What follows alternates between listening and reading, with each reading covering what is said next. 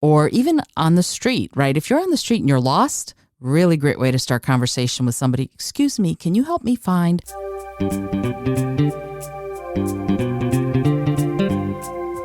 Hello and welcome to the Innovative Mindset Podcast. I'm your host, Isolde Trachtenberg. On the show, I interview peak-performing innovators in the creative, social impact, and earth conservation spaces. I also bring you ideas and techniques that you can grab and use to set goals, create, and unlock your potential for changing yourself and the world. And now let's get to the show.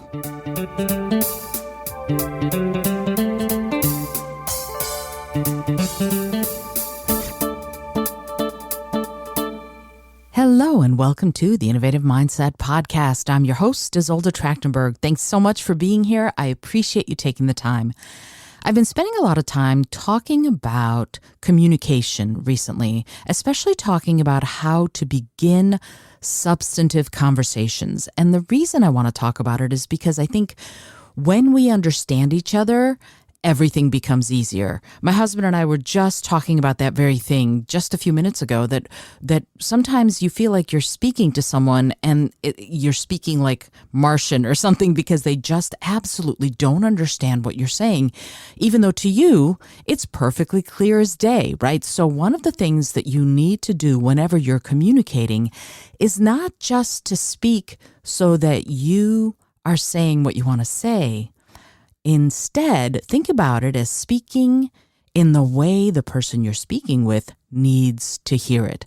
That is a completely different way of communicating. Because, for example, if I want to say to you, there are only 2 tickets left, what I'm actually trying to communicate is that if we don't hurry up and get the tickets to this movie that we both want to go to, they might not be left. There might be, my brain, there might not be any left is what I meant to say. So yeah, if I want to communicate, there are only 2 tickets left. And what I'm trying to say is, and I want to be sure we buy them before it sells out, just saying there are only 2 tickets left may not be enough if the person doesn't understand that I have a sense of urgency about buying tickets for this show. Right? So one of the things you want to do is be incredibly clear. And if they need to hear it from you in a different way than the way you need to say it, it behooves you, if you want to make sure that they're going to understand you, to say it in the way they need to hear it. So that's something that I really want to get clear on for you, because as you're learning about communication, you're also again, lowering your indifference level, that we all are. It's not just you. We are all becoming less indifferent. We're all becoming more caring when we take the time to communicate better, to understand the other person better. And by the way, there's something there that you need to think about too, that as a communicator, as a good communicator, it behooves you to say things in the way people that you're communicating with need to hear them. It also behooves you as the listener to be present and to listen well. So if somebody's saying something to you, it's not just, oh, they need to say it the way I need to hear it. It's kind of a double-edged sword here, right? Not only do you need to say things in the way people might need to hear them, and you also have the responsibility as the listener to actively listen for what they're trying to say. And the reverse will hold true, right? The other person, if they're interested in being a good communicator, will need to do the same thing. So both are true at the same time. And I know it sounds like it's a lot of work, but isn't it worth it? Doesn't it feel amazing to be understood? Doesn't it feel incredible to know that you've said something that has impacted or affected someone else's life? That's the way you do it. You do it in such a way that you do both at the same time. 1, you say things in the way the other person needs to hear them. And 2, you listen actively for what you're getting in return. And the other person has the same kind of responsibility, and hopefully they live up to it. Even if they don't, though, I have to tell you, you putting in that effort will improve your communication 1,000-fold, regardless of whether or not they put any effort into it. And at the very least, you'll know at the end of the interaction, you gave it your best. And sometimes that's all we can do is give it our best. So let's talk a little bit more about the possible ways that we can begin that interaction in a way that will be successful, right? So listening and speaking in that way works really well. But there are some very specific things that you can do that would work really well to open up that conversation, particularly if you are, again, socially awkward or shy, as so many of us are. I'm pretty shy myself. And one of the things that I have to do in order to overcome my shyness is I do things like this podcast, right? You can actually put yourself out there. One of the ways that I combated my shyness when I was a child was I went out for choir. I auditioned for choir, I auditioned for musical theater, and found that I really enjoyed it despite the fact that I was pretty shy. So there's a lot that we can do sort of even as children, but if you are interested in overcoming that shyness, that social awkwardness, one of the best things you can do is join a group that's already involved in some sort of creative communication. It is a real opener to you because I'll tell you something. We use a different part of our brains to speak versus to sing. And we use a different part of our brains when we have to think of what we want to say versus saying someone else's words, right? If you're using the part of your brain that is language, you're coming up with the words and you're thinking up the words that you want to say, that's different parts of your brain that are firing than if you are remembering and applying words that someone else wrote. So the parts of you that might be going, I have to think of what to say and I'm really nervous, might be alleviated by knowing that you're saying someone else's words. So one of the best things that you can do for yourself is memorize a monologue, right? Memorize a monologue and practice saying it. You can find monologues all over the internet. Just Google them. Memorize a monologue and you'll see if you can memorize the monologue and practice the way it's said, you'll improve your ability to speak just because you're saying someone else's words and your brain is working differently. And so the part of you that might be going, holy crap, I don't know what to say, won't have anything to worry about. Why? Because, frankly, you know what to say because you've memorized it. And in fact, if you want to, this is a fun little activity you can do, a little brain trainer, if you will. There are lots of scripts, screenplays that are available online. You can find some classic screenplays from film noir like Alfred Hitchcock, John Hughes movies, Star Wars. The scripts are online. And what you could do is download the script and memorize something that Han Solo said or something that Yoda said, which would be a little different because Yoda speaks differently than the rest of us. Star Trek, John Hughes movies, 16 Candles or Breakfast Club or whatever. I'm not sure that those are available, but you could check. The movie Clue is another great example of a script that's out there.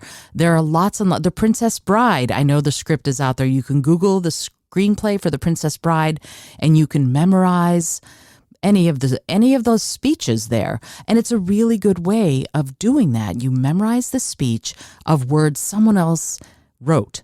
And you have the movie or access to the movie so you can see how that actor did it. Combine the two, and that's a good way to build up those public speaking skills. And especially if you're scared because you don't need to come up with it yourself right now. You can just really work on figuring out how Cary Elwes or Mandy Patinkin did it when they did Princess Bride. That works really well. So that's a way of practicing sort of by yourself, with yourself, and it's a really good way to do it. And now I want to talk a little bit about as I said, some ways to open up those conversations. So let's say you're ready. You've done some practicing on memorizing speeches that other people have given, and now you're ready to go out there and start conversations. That's awesome. One of the first things that you can do is ask for information. Right? If you want to start a conversation, if you're nervous, one of the best things that you can do is ask someone for information. You can ask them let's say you're at a meeting of some sort. You can ask them the way to the registration desk. Or I will often ask the way to the bathroom if I don't know where that is, just so that I know where it is in case somebody asks me or if I need to go to the bathroom, right? These are all things that you can do. You can ask for information. You can ask for information if you're at a meeting about the agenda items. You can ask for information if you're in school about where a classroom might be. There are lots of different ways that you can ask for information and at least open the line of communication, right? You can, if do you know where this classroom is? Do you know where this building is? Do you know where the closest post office is? All of those questions are great. And the person, if they know, will say yes. If they don't, they'll say no. And if they say yes, generally, they'll direct you. It's a super easy way to make initial contact. Now, this may not be the beginning of a beautiful friendship, but that's okay, right? The whole point is that you then have opened the lines of communication. And if you chat for any length of time, you might be able to feel free to offer your name. Hey, my name is Izolda. What's yours? Great way to begin a conversation once you've asked for some information. You could also say something about something nice that's going on around you, right? You can figure out some way of introducing yourself, right? So remark on something pleasant that's going on around you. Oh, wow. I love how beautiful this room is. If you're in a room together, they did a great job decorating it, or something like that. Or, wow, the sky looks really blue today. What a great color, don't you think? To somebody who you don't know, they might look at you and go, yeah, it is a nice blue. That's lovely. You might also be able to just come up to someone and introduce yourself. If you're at a meeting, especially if you're wearing name tags, for example, hey, I'm Izolda. It's nice to meet you. And you are, I see that you're from Utah. Excellent. I've always wanted to go to Utah. Tell me. And then you ask a question about something having to do with Utah. Something like that would work really, really well. You also might be able to help the person that you're interested in speaking with, right? Let's say they look like they're looking at an agenda or a schedule, or they're not sure about where they're going. I do that all the time when I'm in New York. I live in New York City, and when I'm here, that happens a lot, actually. I'll see people looking at maps, trying to figure something out, and, do you need some help? Absolutely. And people did that to me when I first moved to New York City. People offered me help. And it wasn't with any other reason in mind other than to offer help. And that's what New Yorkers do. They're a kind bunch in that way. And yeah, when I see someone who's looking concerned, I will offer them help now too. And it's a really beautiful and easy way to do that. The other thing is, if you happen to be out and about, especially if you live in a city where a lot of people take a lot of pictures, I will offer to take people who are taking a selfie, I will offer to take their picture for them. Hey, do you want me to take a picture of you together? Absolutely. Great. And then I take their picture, and it's not like I have an agenda. I don't have any other reason to talk with them, just a nice way of connecting with someone, communicating with them, and boom. I also pay compliments, and I've talked about this on the show before. This is something that I do and have been doing for over 20 years, mostly to women, although I've been thinking of incorporating compliments to men too. Here's what I do. When I'm out and about, I make it a practice to tell a random woman that I think she's lovely or beautiful, or that I like something about her dress or her pocketbook or something, right? I'll just tell, particularly a woman who's walking forward with a lot of grace. Oh my goodness, you're so graceful. And I have no other agenda, nothing. There's nothing else there. I just pay a compliment and I move on. And because I believe, honestly, that the way to save the world is if we understand each other, if we're connected, if we communicate better. And so these are ways that I try to do that. And when I pay this compliment, there's no hidden desire, there's no hidden need. I just pay the compliment, and it's a way of elevating the good in the world, right? Just telling someone I think they're lovely or beautiful and moving on. There's no other reason at all. And honestly, as long as I really keep that in the forefront of my mind, then absolutely, I should feel free to pay men a compliment too. Because you know what? In thinking about it, men don't get paid a lot of compliments like that. Men are sort of expected to pay compliments, but I don't know how often they get paid compliments. But yet I've played it safe, and I'm realizing that as I say it. I've played it safe by paying compliments only to women, not to men, because I don't want them to think I'm coming onto them. And if people are gender fluid or non-binary, I can't always tell. And so maybe I have. Maybe I have paid compliments to trans folks and haven't realized it. And that's cool. I just am realizing right now that I need to call myself on this and kind of go, okay, Isolde, what is your deal here? And my deal is there's been some fear around that because I don't want what I'm saying to be taken in the wrong way. Isn't that interesting? Yeah, I don't want it to be taken in the wrong way. I am just out to raise good feeling in the world. That's the only reason I do this practice. And yet something's kept me from complimenting men, which would also raise good feeling in the world. And it's not that I have not paid compliments to people who are trans or gender fluid or non-binary. It's that I haven't noticed. And that is really, especially as I'm recording this in Pride Month, it behooves me to pay better attention and to try more and to be better about it. So yeah, wow, what a lesson to learn in the middle of recording a podcast episode, but there you go. All right, cool. So offer to help if you see someone who looks like they need help. And also, moving forward, you can ask for help, right? You can ask for help from someone, and it's a lovely way to figure out something you might have in common with this person. If you are at a meeting or an event or even on the street, right? If you're on the street and you're lost, really great way to start conversation with somebody. Excuse me, can you help me find, whatever you're looking for? It's a nice, easy way to do it. Just ask something. You can also, and I can't say just ask something. Let me step back a little bit.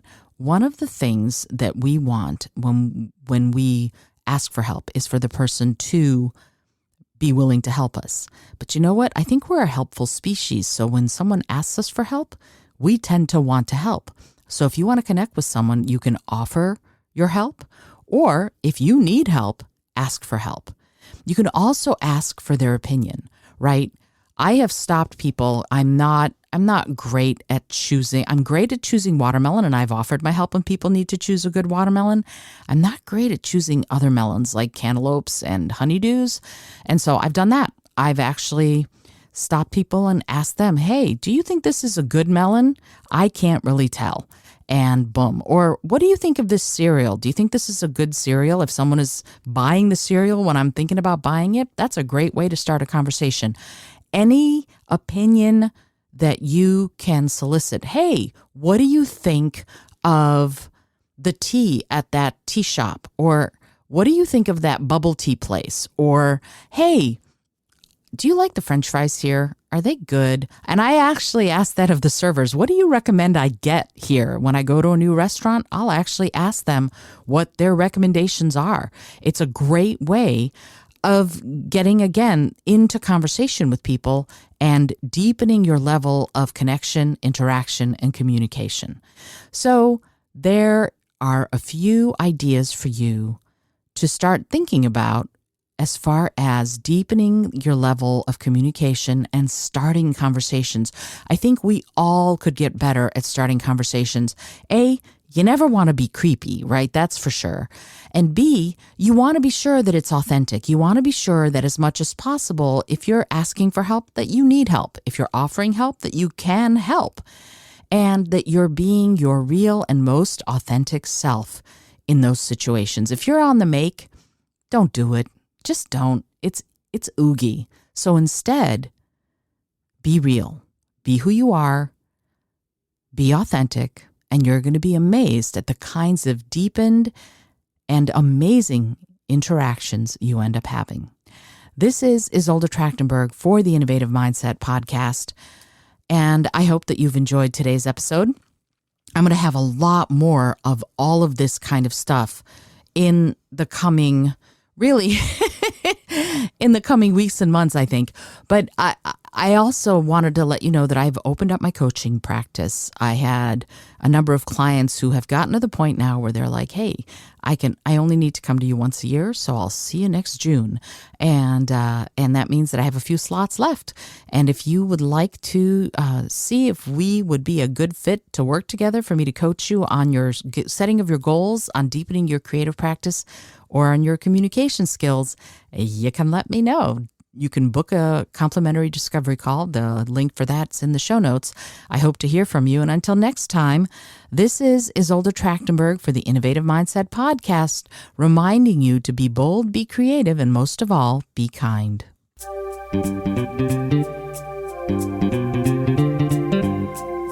Thank you so much for joining me today. I really appreciate you being here. Please subscribe to the podcast if you're new, and it would mean the world to me if you told a friend about it.